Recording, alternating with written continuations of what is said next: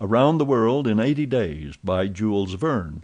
Chapter 9, in which the Red Sea and the Indian Ocean prove propitious to the designs of Phileas Fogg. The distance between Suez and Aden is precisely 1,310 miles, and the regulations of the company allow the steamers 138 hours in which to traverse it. The Mongolia, thanks to the vigorous exertions of the engineer, seemed likely, so rapid was her speed, to reach her destination considerably within that time. The greater part of the passengers from Brindisi were bound for India, some for Bombay, others for Calcutta by way of Bombay, the nearest route thither now that a railway crosses the Indian peninsula.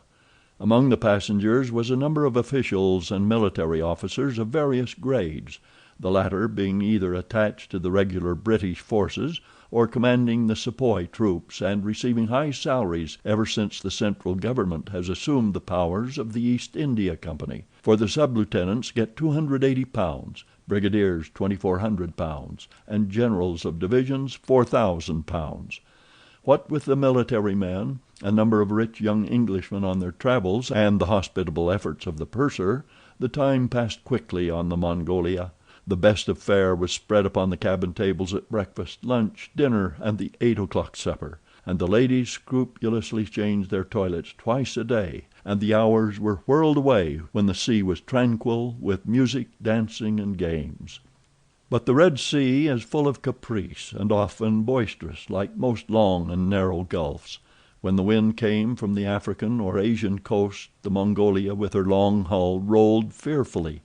Then the ladies speedily disappeared below, the pianos were silent, singing and dancing suddenly ceased.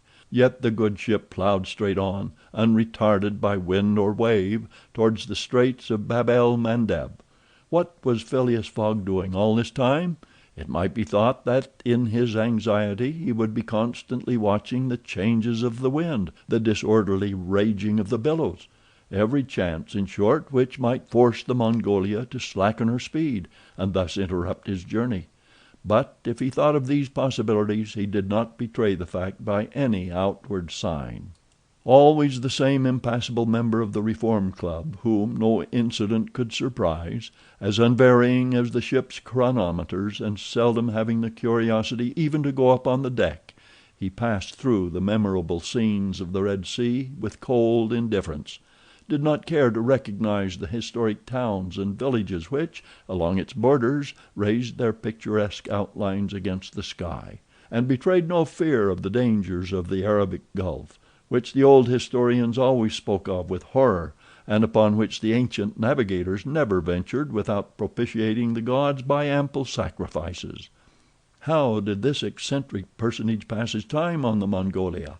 He made his 4 hearty meals every day, regardless of the most persistent rolling and pitching on the part of the steamer, and he played whist indefatigably, for he had found partners as enthusiastic in the game as himself.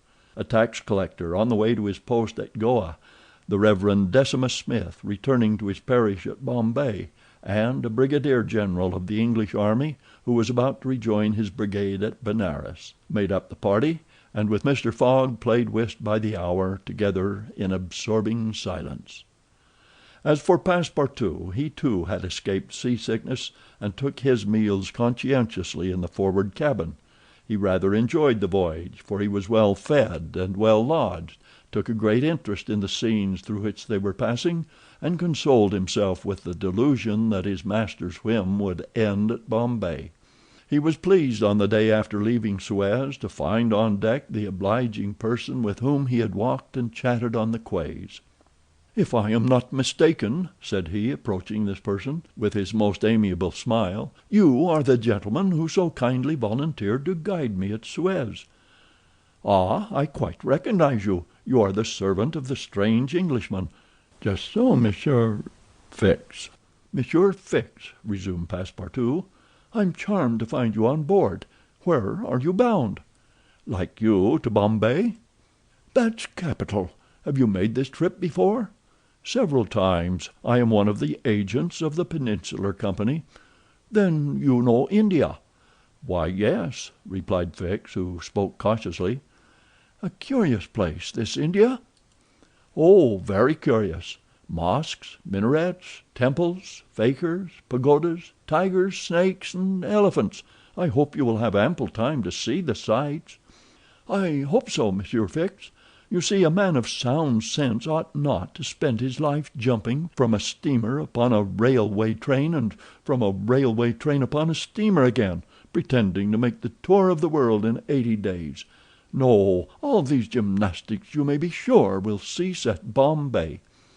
"And Mr. Fogg is getting on well?" asked Fix, in the most natural tone in the world. "Quite well, and I too. I eat like a famished ogre. It's the sea air." "But I never see your master on deck." "Never. He hasn't the least curiosity." "Do you know, Mr. Passepartout, that this pretended tour in 80 days may conceal some secret errand—perhaps a diplomatic mission?" "Faith, Monsieur Fix, I assure you I know nothing about it, nor would I give half a crown to find out." After this meeting Passepartout and Fix got into the habit of chatting together, the latter making it a point to gain the worthy man's confidence. He frequently offered him a glass of whisky or pale ale in the steamer bar-room, which Passepartout never failed to accept with graceful alacrity, mentally pronouncing Fix the best of good fellows. Meanwhile the Mongolia was pushing forward rapidly. On the 13th, Mocha, surrounded by its ruined walls, whereon date trees were growing, was sighted, and on the mountains beyond were espied vast coffee fields. Passepartout was ravished to behold this celebrated place, and thought that with its circular walls and dismantled fort it looked like an immense coffee cup and saucer. The following night they passed through the Strait of Bab el Mandeb, which means in Arabic the Bridge of Tears, and the next day they put in at Steamer Point, northwest of Aden harbor, to take in coal. This matter of fueling steamers is a serious one at such distances from the coal mines. It costs the Peninsular Company some £800,000 a year. In these distant seas coal is worth £3 or £4 sterling a ton. The Mongolia had still 1,650 miles to traverse before reaching Bombay, and was obliged to remain 4 hours at Steamer Point to coal up. But this delay, as it was foreseen, did not affect Phileas Fogg's program. Besides, the Mongolia, instead of reaching Aden on the morning of the 15th, when she was due, arrived there on the evening of the 14th, a gain of 15 hours.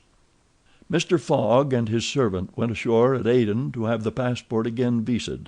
Fix, unobserved, followed them.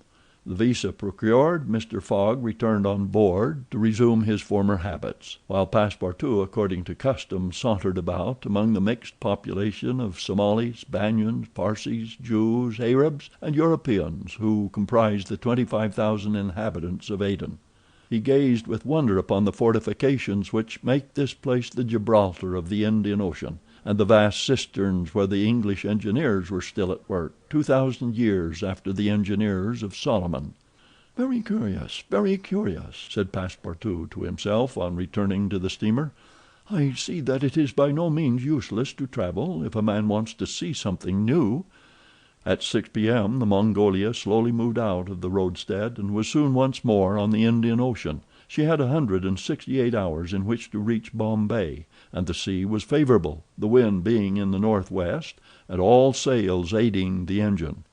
The steamer rolled but little. The ladies in fresh toilets reappeared on deck, and the singing and dancing were resumed. The trip was being accomplished most successfully, and Passepartout was enchanted with the congenial companion which chance had secured him in the person of the delightful Fix. On Sunday, October 20th, towards noon, they came in sight of the Indian coast. 2 hours later the pilot came on board. A range of hills lay against the sky in the horizon, and soon the rows of palms which adorn Bombay came distinctly into view. The steamer entered the road formed by the islands in the bay, and at 4:30 she hauled up at the quays of Bombay. Phileas Fogg was in the act of finishing the 33rd rubber of the voyage, and his partner and himself having, by a bold stroke, captured all 13 of the tricks, concluded this fine campaign with a brilliant victory. The Mongolia was due at Bombay on the 22nd. She arrived on the 20th.